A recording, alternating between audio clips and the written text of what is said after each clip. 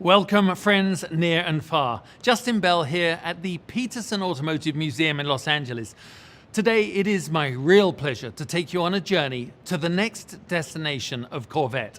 In a moment, we will play our 25-minute feature film, Putting the World on Notice. It's an entertaining new way to reveal the all-new 2023 Corvette Z06. And think about it, it is an American-made global supercar that is tantalizingly attainable. Stay tuned immediately following the film for a discussion with some of the faces you're about to see. But enough from me. Without further ado, I bring you the moment you've been waiting for. So please sit back and enjoy.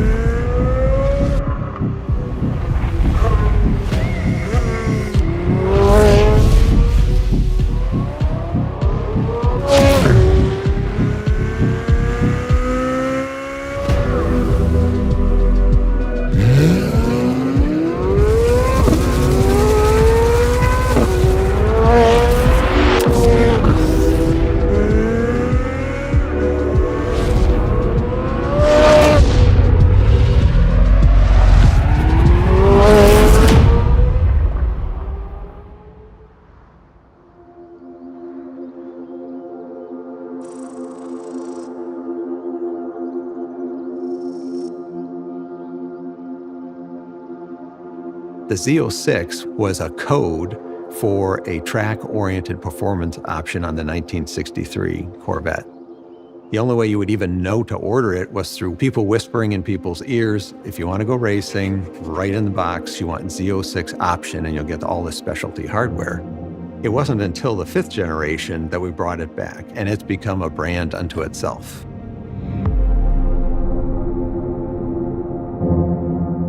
You want it to go faster, stop faster, turn faster. Basically, it's the most track-oriented Corvette that we do. Through the 5th, 6th, 7th, and now 8th generation car, we've moved the street car and the race car closer and closer together. The development both on the vehicle side and the engine side are tied together at the hip. It's a way to put the best of Corvette together and expand the performance bandwidth. The mid-engine architecture in the 8th generation Corvette allows us to do that even more. In my quest for performance, a Z06 was the car, which is basically a race car for the street and will perform with the best of the best worldwide. It's the first time that I had experienced a Corvette on the road that actually rode and felt like a race car. That precision, to me, that was everything. This is the one that elevates the Corvette brand. Saying that it felt like a supercar doesn't do it justice. This thing rips. This keeps you locked in. I know we're having a conversation right now, but I'm still focused here. Yeah. I'm still focused here.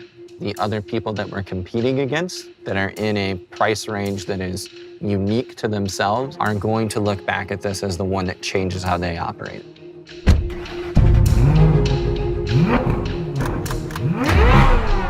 The heart of the Z06 is the engine. We had mid-engine architecture, which was a big step forward, but we also needed that power. There was a niche following that really pined for the immediate response, the lightweight, visceral feel of a naturally aspirated engine that would exceed the horsepower of the prior generation supercharged Z06. What kind of powertrain would we need to do that?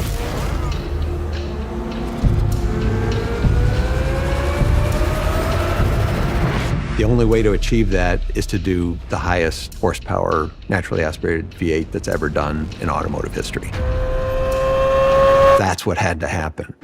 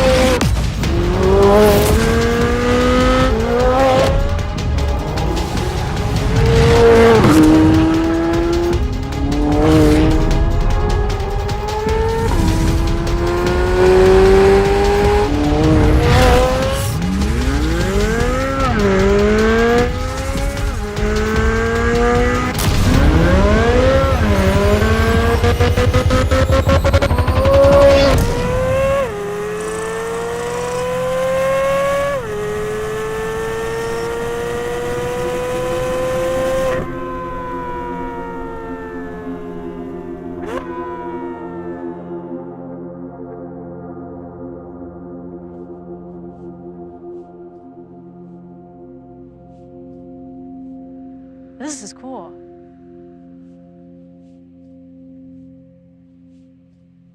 Wait, I gotta look at the engine.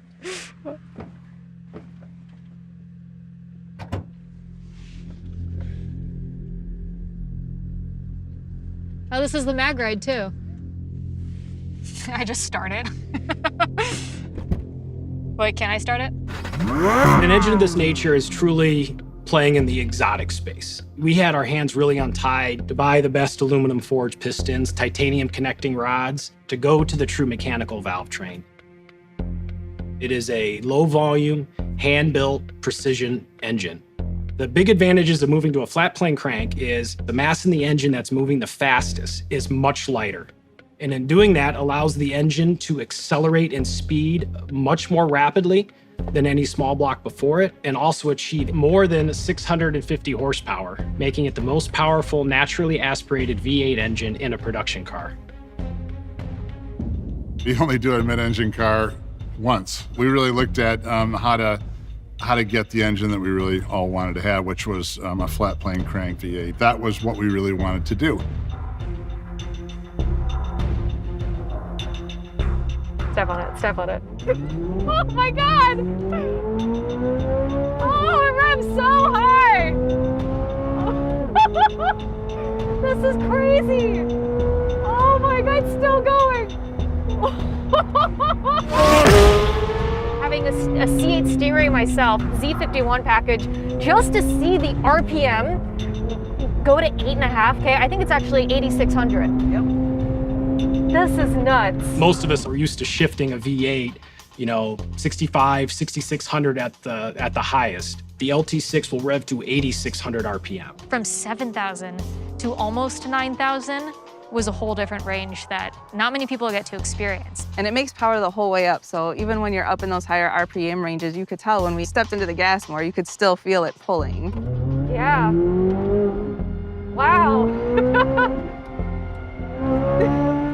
It's just instant. And the thing keeps pulling and pulling, and it's all the way to the red line, all the way to the red line each time, and you just feel the power building and building and building. To me, it's what it's all about. That speed enables the engine to pump more air, process more fuel, and produce more power. But another part of it is generations of learning how to balance the requirements to make a car fast and comfortable on the track, and also comfortable as an everyday driver. The manufacturing tolerances in this engine are race car tight, and that requires a skilled operator and custom shims to make the resulting engine essentially fit net, no gaps anywhere. This engine runs to 8,600 RPM. That's by far the quickest spinning engine we've ever done.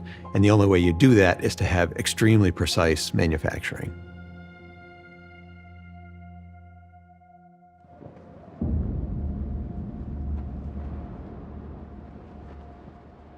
Are you guys good, Harlan? car 6 ready. All right, here we go. You know, we're all used to Corvettes with thunder from the gods, V8 sound. My dad has a 62 Corvette, and every time I hear that thing, it's wonderful. Over the course of 70 years now, you know what you're gonna get. And it's this visceral V8 small block experience. So for one, on this car, we don't want to lose that. But for two, on this car, we've got a completely different engine. We wanted to keep the Corvette sound, but also let you know you're in the flat plane crank. Right. One of the first things we noticed with the C8 Z06, boy, the car sounds great outside, but I can't hear anything inside.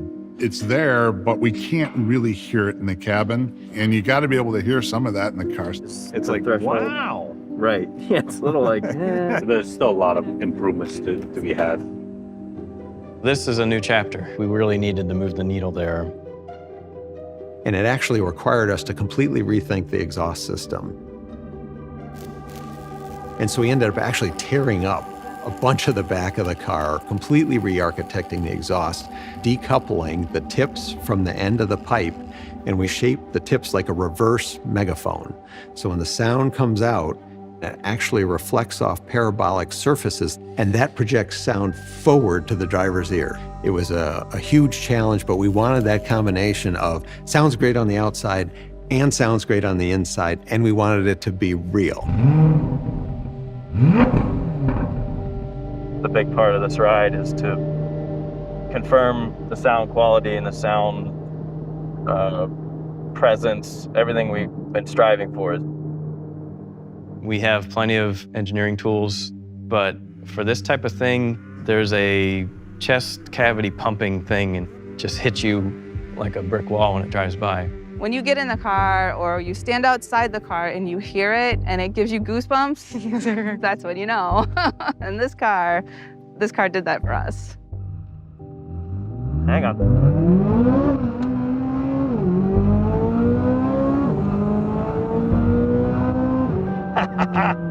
Right there, man. Just gives me goosebumps every time.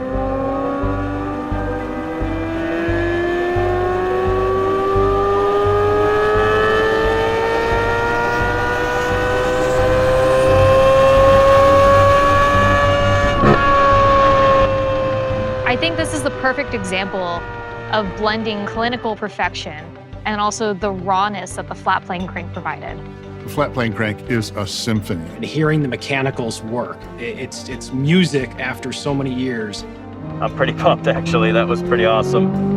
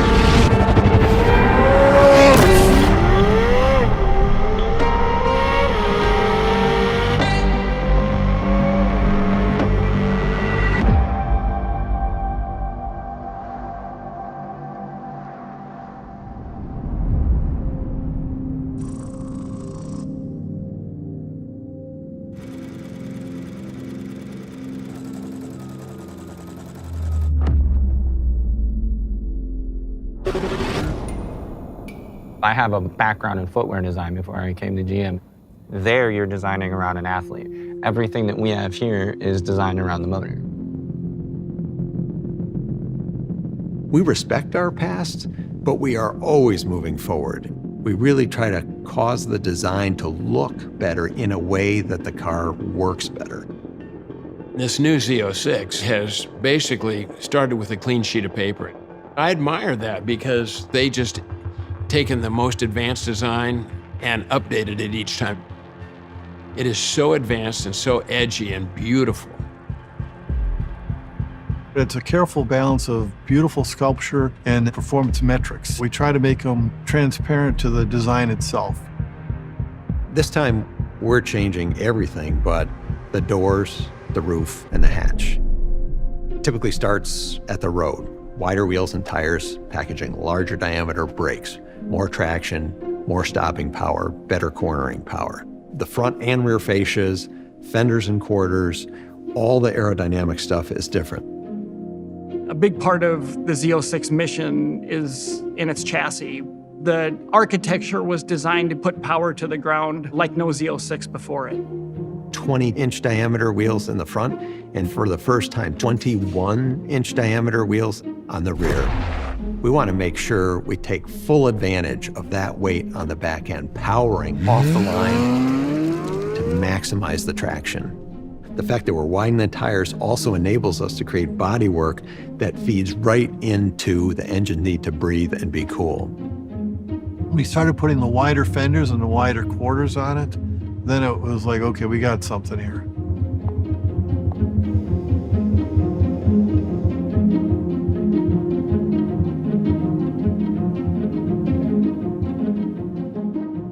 Like prior generations of Z06, we have an available Z07 package. That's for the truly committed track person. You check the box for a Z07, you're getting ceramic brakes, carbon fiber ground effects, you get a carbon fiber wing. An optional carbon fiber wheel that reduces unsprung mass by over 40 pounds. Lighter wheels spin faster naturally.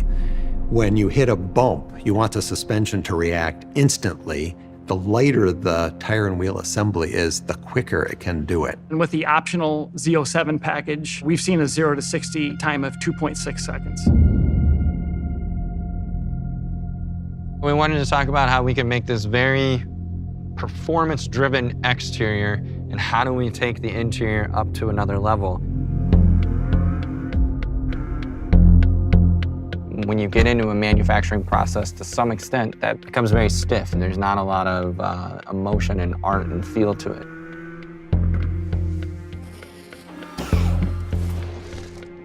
How do you bring that human touch?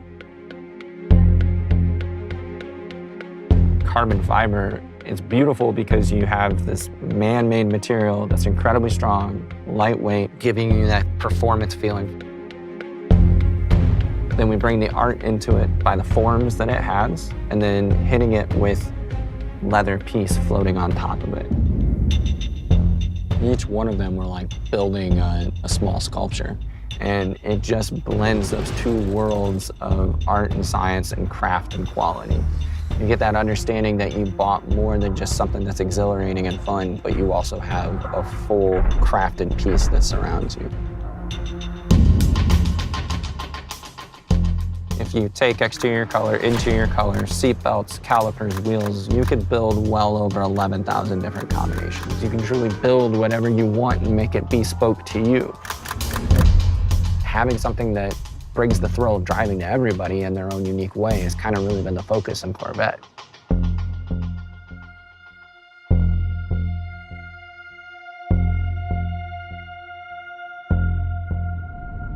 Oh my goodness.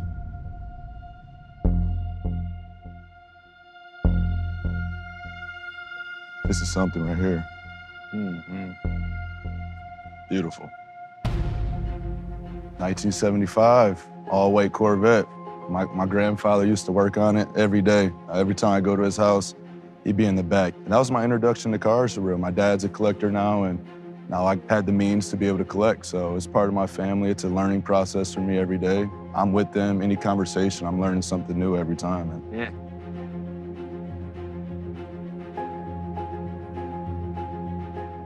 way we kind of always looked at it is it has to look like it's moving fast when it's sitting still. It's like traveling down the court, right? 100%. Like it's keeping you in that sight line and moving forward. Keeps you locked in. I like that. Yeah, yeah. That's sick.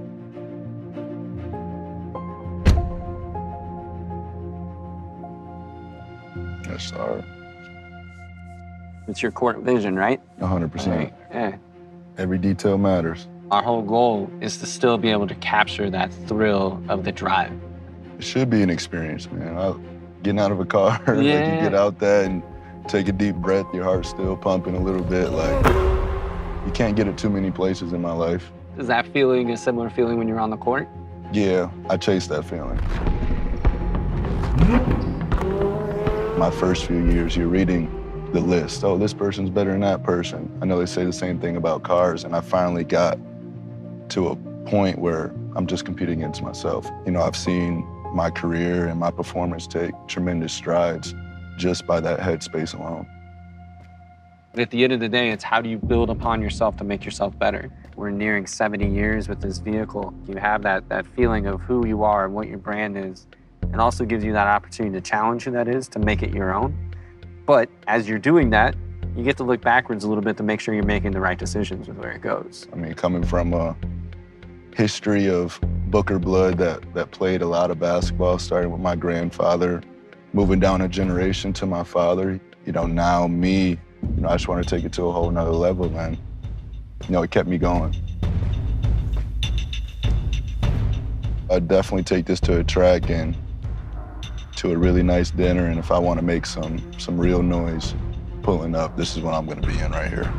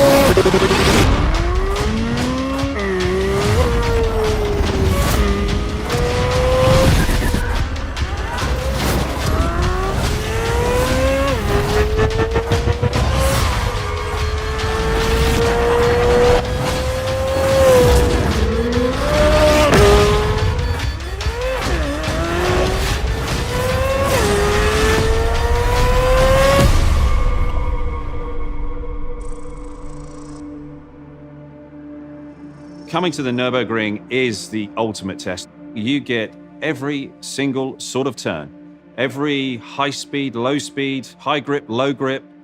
It's a long, flowing racetrack, but with many, many challenges. And you really are pushing any road car to the absolute limit. Every sort of load that you could possibly experience anywhere else in the world, you get it all here on one racetrack. It really is the benchmark for the world. So much of the performance of the car started on the racetrack.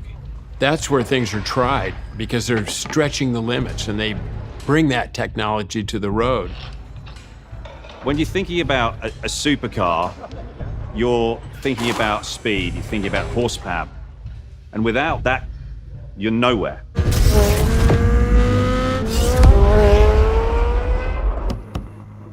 Good luck. Thank you, Ollie. Appreciate that.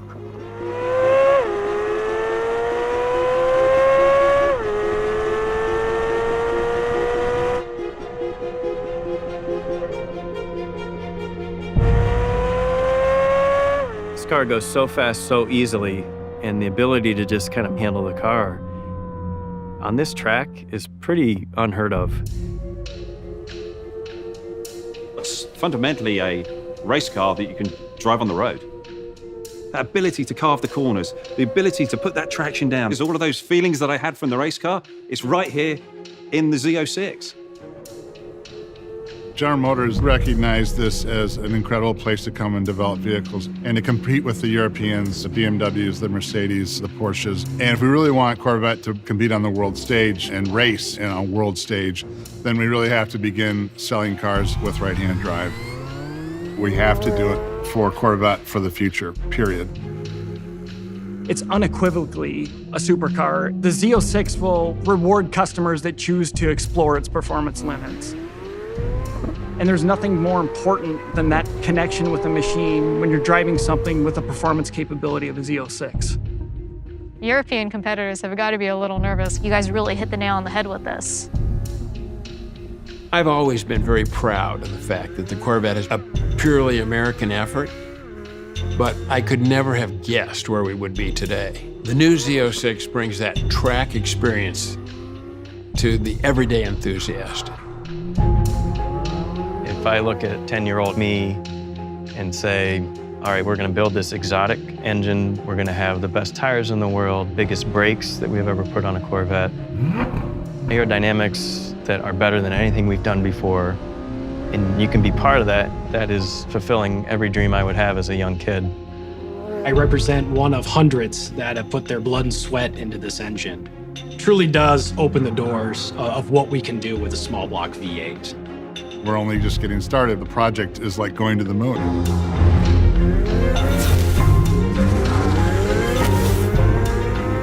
It's a product of a vision, but our team has never done. Z06 is just the next chapter in a very long book.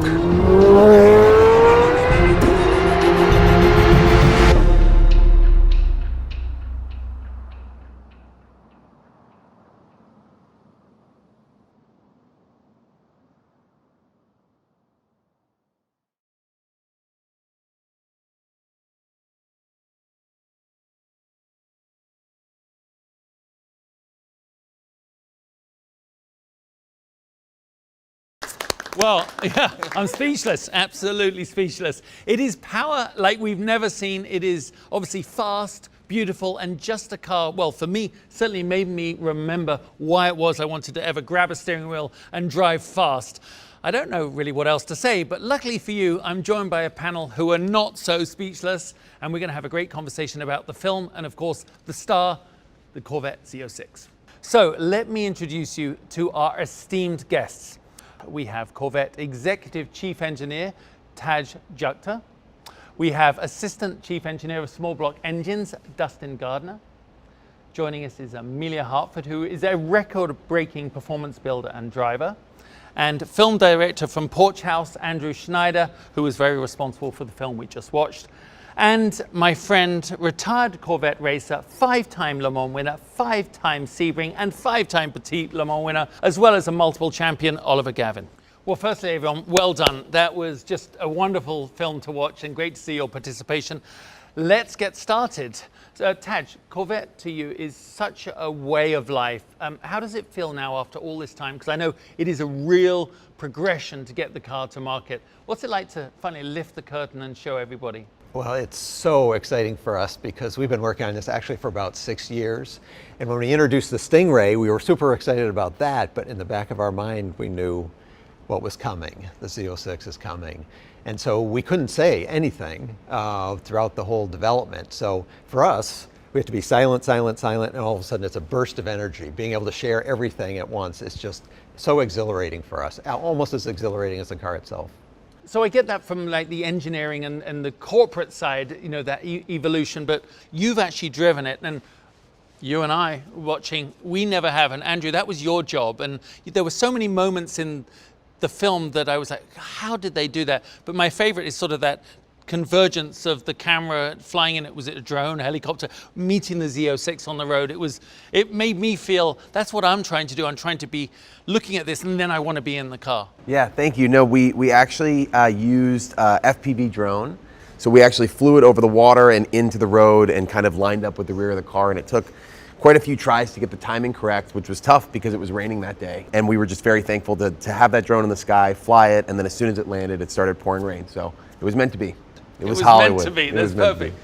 Now, Dustin, as someone so involved with the engines, I know that even as a driver, we all get asked, what's the horsepower? What's the horsepower?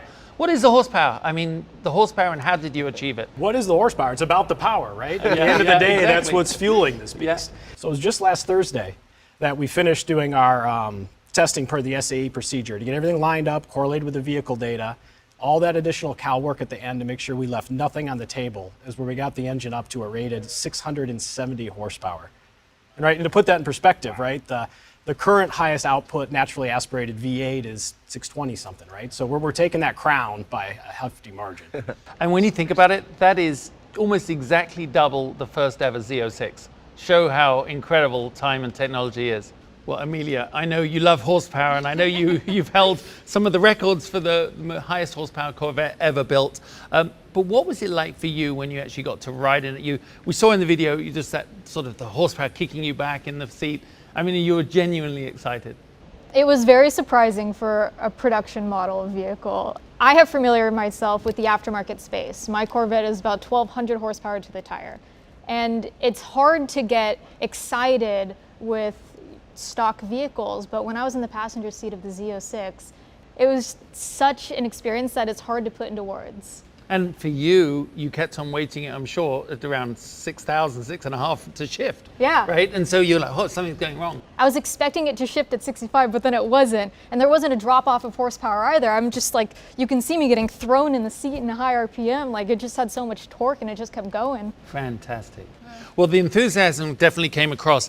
But it's the same really for you, Ollie. What was it with you that resonated about the new Z06? So when I got in the car for the very first time at the Nürburgring facility that the GM have, and I got in, put it in track mode, just drove it down the street, it just had all of those feelings of the race car. So, you know, to me, it is that amazing machine that not only can just be a daily driver and you can drive it to the racetrack, but then when you switch that engine mode, the car just comes alive and all of a sudden you're in a race car. It's amazing. So that distinction between road and track is really less than ever before. The gap between the road car and the race car is getting smaller and smaller and smaller. So now here we have the 8th generation mid-engine Z06, and it's just got all of that race car feel to me. All the lights are on, and it's just fantastic to be experiencing that. Imagine that this is part of the excitement for you too, though, when you hear like Amelia and Ollie, even with all his experience and all her horsepower, talk about the cars. I mean, Dustin, that engine, creating it, and as you say, just getting the final horsepower numbers, but it still must be very gratifying to know that someone like Amelia and Ollie just go, oh, wow, this is the real deal. No, it's extremely rewarded, just for myself and the extended team of working on it, right? The LT6, it's hard to put into words the emotion you're trying to communicate or give somebody, and Amelia, your reaction sums it up, right? It's not something you can verbalize. It's an emotional experience. It both gets you, as you said, mentally when you see the tach zing past 6,600, and the LT6 wants to do that with great authority, right? It flies past 6,000, 7,000 up to the red line. And then so there's the mental side of it, of just getting used to the engine going that high. Then there's the exhilaration of the sound. You were saying earlier on about that initial shift when you got it in first gear and you stand on the gas, you've got to be really on it to get it into second gear so you don't get into the rev limiter there. But that's how quickly it accelerates, and it just revs up so fast. It's just pulling all the way through to 8,600. Yeah, I was just going to speak to that revving as high as it does is one thing, but how quickly it revs is another. Because it's not like it's a slow progression from 6,600 to 8,600. It goes fast. It revs quickly. But I mean, that's a testament to everything you guys have done with the flat plane crank. Yeah, the torque peak is right around where you'd normally shift, 6,300 RPM. So that's where it really starts to pull hard. Yeah. I mean, you can just feel everybody's enthusiasm, and even you guys have been living with it. You've been just experiencing it. But Andrew, how difficult is it to capture people's reactions? Because there really is only one first time. I mean, Amelia's reaction was one of my favorites of the film for sure, because we really kept her away and out of the car's line of sight. The car was covered. We wanted to keep it as genuine as possible.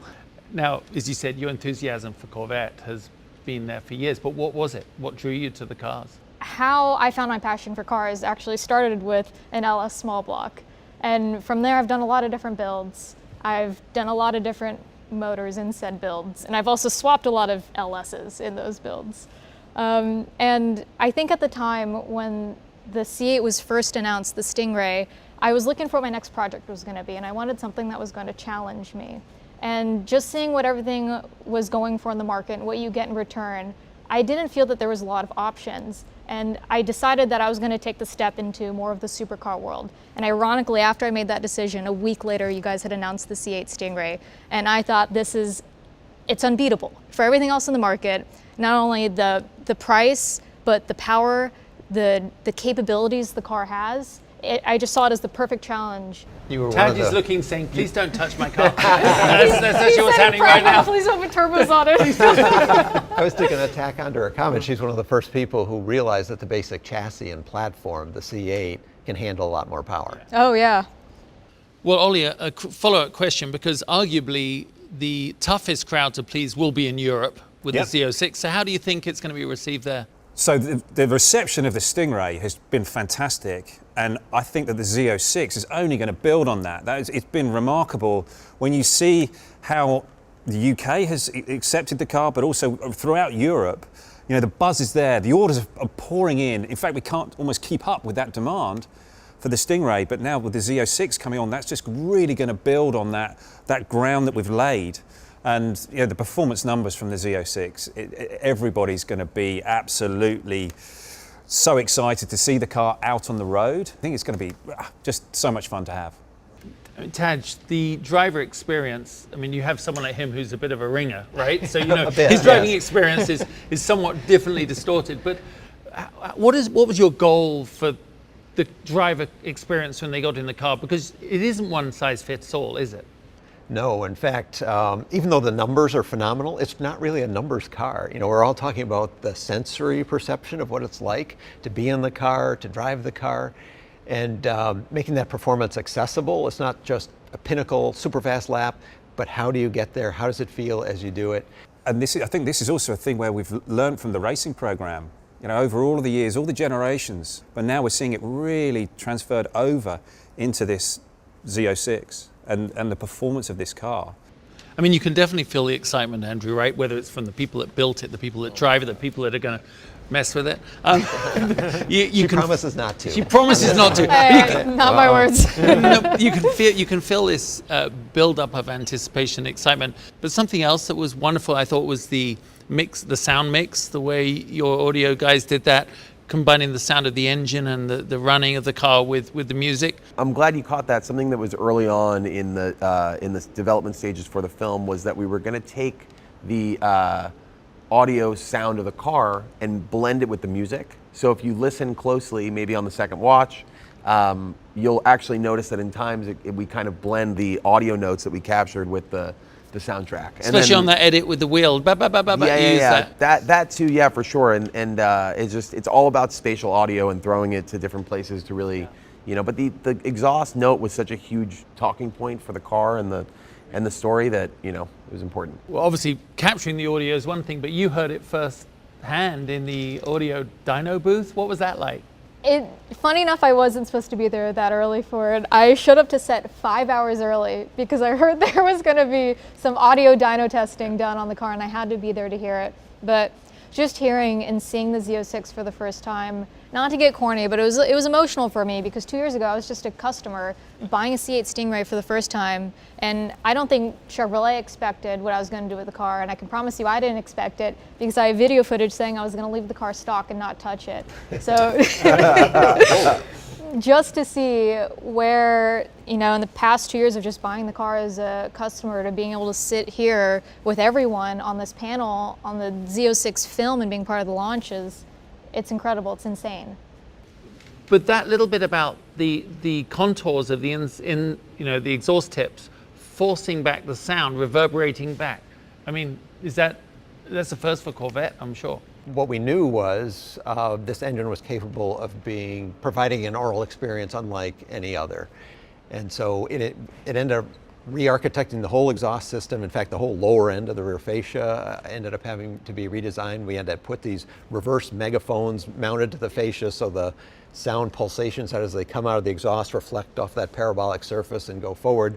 From the outside of the car, just if you don't look carefully, it just looks like a regular or old exhaust. But actually there's a ton of science going on right there. Ollie, we talked about being here in America. It is a global car. It's a car that's got to appeal around the world. You get to drive all sorts of things, as do I. How do you think it'll be compared around the world? Well, I think that this is going to be an amazing moment for Corvette. You know, this is a global supercar coming out, being launched today. Anybody's going to be able to go out and buy this car and be able to take it to a racetrack and experience it just like I will be able to. And you know, I think that's so special that people are going to be able to really experience that race car technology here, right here in a road car. Well, everyone's enthusiasm is amazing, and you can tell, I mean, you can just understand why this car is so special. But some final thoughts, Taj. Well, the enthusiasm is genuine. You can see the passion, and we that are in the film and here today are just the tip of the iceberg. There's hundreds of people, whether it's in engines or the whole rest of the car, hundreds and hundreds of people at General Motors or at our suppliers who share that same passion, and that's what makes the car what it is. It's a wonderful machine, and we spent a ton of time trying to articulate what it is and how it drives. The best way to explain it to somebody is throw them the keys and walk away. The car talks for itself. Well, guys, just truly amazing to be with you. Your brilliance, your enthusiasm, your passion, and your ability to capture it, and your ability to drive it, Ollie. It's just amazing, and I can't wait to get behind the wheel. And thank you so much for joining us. I hope you had as much fun as I did. Now, if you're like me, I'm sure you're going to want to go back and watch the film again, especially with all the insight from our guests here. And the good news is it will continue to be available to you on chevy.com/Z06. And to our baseball fans out there, keep your eyes peeled for an appearance from the Z06 tonight as you watch Game 1. And with all that, you're definitely a baseball fan. And with all that, from all of us here at Corvette, thank you so much for joining us. This is Justin Bell signing off.